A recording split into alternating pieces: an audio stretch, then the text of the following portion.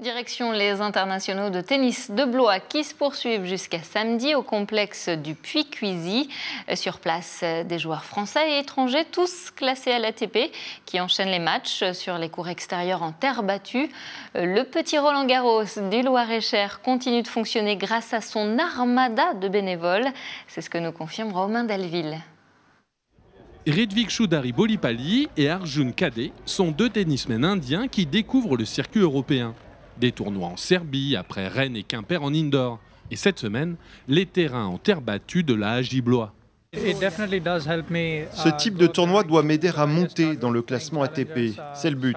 C'est la première année que je participe à des tournois Challenger en Europe. Passé Challenger en 2013, le deuxième niveau mondial, le tournoi de Blois tient son rang grâce à l'appui des partenaires, des collectivités et la volonté, voire la ténacité d'un homme, Claude Roger, le directeur, et de son équipe. Et ce n'est pas évident quand tout est régi par l'inflation. À commencer par la dotation du tournoi, passée de 46 000 à 75 000 euros. Les installations qu'on fait et qui ne durent que 8 jours, 10 jours, donc c'est-à-dire ont coûté un peu plus cher, la restauration est un peu plus chère que l'année dernière, il y a un certain nombre de choses qui augmentent. Donc, dans le prévisionnel de dépenses, on avait prévu à peu près 5%, mais quand on arrive à 15% d'augmentation, il faut faire face. Mais j'allais dire, on va y arriver, et je pense que même si c'est difficile, on est quand même très satisfait de pouvoir faire un beau tournoi qui est très fort. Être tournoi Challenger, ce sont aussi des obligations.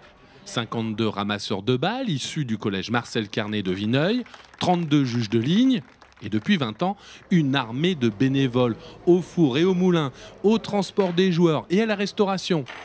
Hélène est professeure d'anglais, c'est mercredi, et elle vient donner un coup de main à l'organisation. On est aussi payé comme ça, le fait de se dire que si ça se trouve, lui c'est le prochain numéro 1 mondial et j'aurais contribué à sa carrière en lui servant des pâtes.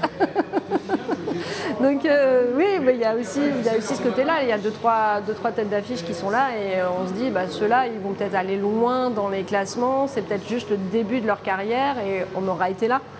Véritable tremplin comme pour Rude, finaliste à Roland-Garros cette année. Rune, demi-finaliste, Aliassime, actuel numéro 9 mondial. Les internationaux de Blois veulent garder ce statut de dénicheur de pépites.